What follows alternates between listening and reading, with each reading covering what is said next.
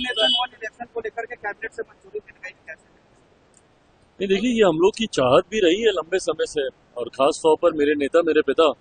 आदरणीय रामविलास पासवान जी की भी ये सोच रही है कि जरूरी है देश में एक साथ चुनाव का होना।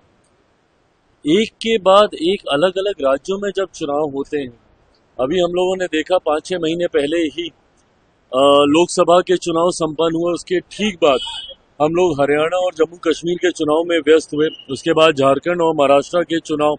अब हम लोग दिल्ली के चुनाव की तैयारी कर रहे हैं, इसके बाद बिहार के, फिर असम के। तो हर दूसरे तीसरे महीने जिस तरीके से देश के किसी ना किसी राज्य में चुनाव होते हैं,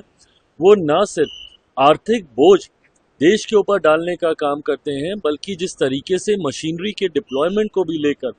बार बार सेना एक जगह से दूसरी जगह उसका डिप्लॉयमेंट को लेकर भी एक व्यवस्था तैयार करने की जरूरत पड़ती है, इसमें भी समय बहुत ज्यादा बर्बाद होता है। ऐसे में, और जब आचार संहिता लगती है, मॉरल कोड ऑफ कंडक्ट, तो जितने भी विकास के कार्य हैं उसको कहीं ना कहीं उसकी गति रुकती है। ऐसे में देश में एक ही बार चुनाव हो और वो 5 साल तक वो व्यवस्था सुचारू रूप से चलती रहे,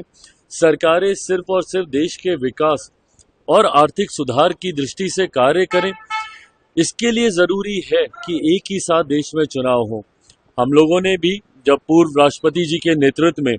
इस समिति का गठन किया गया था, उस वक्त भी पार्टी की तरफ से इसके पक्ष में हम लोगों ने अपनी बातों को रखने का काम किया था। आज जब इसको धीरे धीरे धरातल पर उतारने का प्रयास केंद्र सरकार के द्वारा किया जा रहा है, लोक जनशक्ति पार्टी रामविलास पूरी तरीके से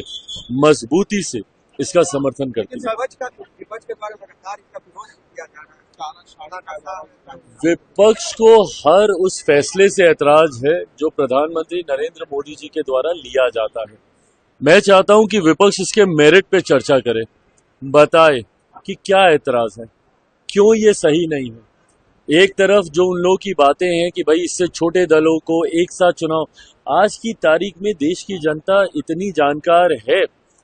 कि वो 2 राज्यों के चुनावी संघीय ढांचे को बखूबी समझती है।